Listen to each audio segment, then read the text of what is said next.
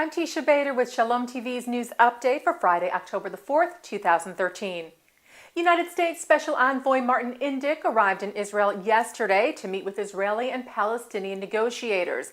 It was the 8th meeting between the parties since July and the first talks after a 2-week break while the Israeli and Palestinian leaders were at the United Nations in New York.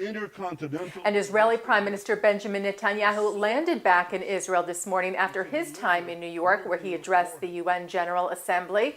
Upon his arrival today, the Prime Minister reiterated his warnings on Iran's nuclear threat, saying the world mustn't fall for the Iranian ploy and alleviate the sanctions as long as the Iranians do not dismantle their nuclear program. Netanyahu also said that he is set to meet with world leaders in the coming days to, quote, stress the fact that sanctions on Iran can yield the desired effect. While in New York, the Prime Minister also gave a round of interviews trying to convince the U.S. to keep up pressure on Iran.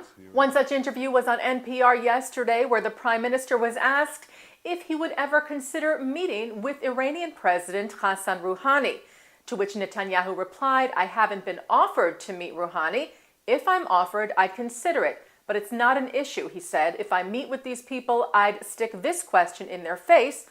Are you prepared to dismantle your program completely? Because you can't stay with the nuclear enrichment." Netanyahu also met with American Jewish leaders while in New York, including members of the Jewish Federations of North America. JFNA Chair Michael Siegel and President and CEO Jerry Silverman released a statement following the meeting with the Prime Minister, saying it was a privilege to meet with him. He said the leaders discussed the shared concerns about the dangers of a nuclear Iran and pledged to support continued strong U.S.-Israel coordination on this issue. Siegel said the Jewish leaders also voiced appreciation for the Prime Minister's efforts with the U.S. to advance the Israeli-Palestinian peace process and underscored a continued commitment to Jewish pluralism and Israel's centrality for the Jewish people. Despite the urging of Western Wall Rabbi Shmuel Rabinowitz, Israel Radio reported that there were disturbances at the Western Wall this morning. As we reported to you yesterday, Rabinowitz had released a statement urging the Haredi or ultra-Orthodox leadership to refrain from protesting at the wall, as they have done in the past, against the Women of the Wall group, who fight for equal rights for women to pray freely at the holy site.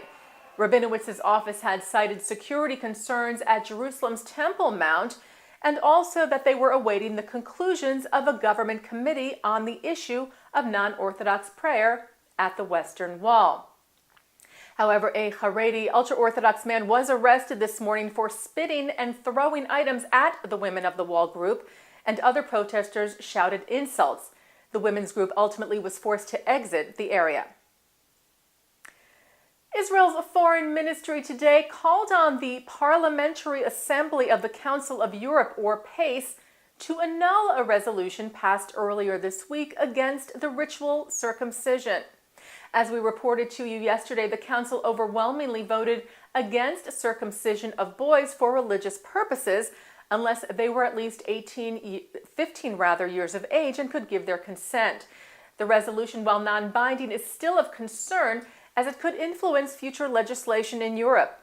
And Israel today said circumcision of male children is an ancient religious tradition of two important religions, Judaism and Islam. It is also common among some Christian circles. The Foreign Ministry statement said that claims that circumcision harms the health of young boys are false and run contrary to scientific evidence. Labor Knesset member Nachman Shai, who led a Knesset delegation to the Council of Europe earlier this year, said that the decision by the Council shows ignorance and a lack of basic understanding of one of Judaism's most basic customs, and that the resolution must be stopped immediately. The World Jewish Congress also rejected the resolution. WJC President Ronald Lauder said the claim that the Brit Milah, which is performed by specially trained circumcisers or moils, constitutes an infliction of permanent bodily harm on a baby is wrong and is not supported by any scientific evidence. He said the Council of Europe should defend well-established religious rights instead of undermining them.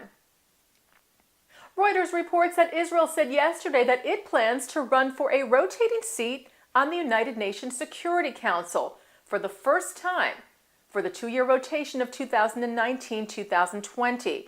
Israel's ambassador to the UN, Ron Prosor, told Reuters, "We're going all out to win, and it's about time." Winning a seat on the council is not an easy task. It requires a two-thirds majority of the 193-nation General Assembly. Prosor said Israel will be competing against Germany and Belgium for the two seats that are allotted to the Western European and others group. Well, the first IMAX film about Jerusalem finally made its world premiere last week at Boston's Museum of Science. Aptly titled Jerusalem, it treats the viewers to 45 minutes of rare aerial views of the old city's Jewish, Christian, and Muslim holy places. Gaining access to these sensitive sites were very difficult, and the film took years of negotiations with Israeli and Palestinian officials. The film is distributed by National Geographic Entertainment and will show on IMAX screens and in digital 3D cinemas across the country in the next few weeks. Movie star and humanitarian George Clooney was honored last night by the University of Southern California's Shoah Foundation, founded by Steven Spielberg. Clooney was given the foundation's highest honor, the Ambassador for Humanity Award, for his humanitarian work across the globe, particularly in the Darfur region of the Sudan. Spielberg, who presented the award to Clooney at New York City's Museum of Natural History last night, said of him, "George's leadership as a human rights advocate and activist has shed light on humanitarian crises across the globe." Further saying his efforts around genocide awareness and prevention link closely with the mission of the USC Shoah Foundation. The event last night also marked the 20th anniversary of Spielberg's Oscar-winning film Schindler's List, which gave him the idea to start a foundation that would record interviews with Holocaust survivors. To date, the foundation, founded in 1994 and based since 2006 at the University of Southern California, has collected nearly 52,000 eyewitness testimonies on video in what it calls the largest digital collection of its kind in the world. The Associated Press reports that in an interview before the gala last night, Spielberg explained that a new, broader phase of the foundation's work involves collecting video testimonies from survivors of genocide in places like Rwanda, Cambodia, and Armenia. He said the origins of hatred haven't gone away. Spielberg also noted that with the passage of time, recording testimony of Holocaust survivors was critical. He said the survivor community is vanishing, and soon it will only exist in cyberspace. But it's a powerful community. We hope that through these testimonies, the survivors can live forever. And tonight on Shalom TV, you can watch the tribute to Soviet Jewry heroine and wife of Natan Sharansky, Avital Sharansky, as she receives the Emma Lazarus Torch of Freedom Award from the American Jewish Historical Society, presented to her by Elie Wiesel. That's tonight at 7:30, and that follows live Shabbat services broadcast from Central Synagogue in New York City at 6, here on Shalom TV and ShalomTV.com. And that's Shalom TV's news update for Friday, October the 4th, 2013. I'm Tisha Bader. Shabbat Shalom.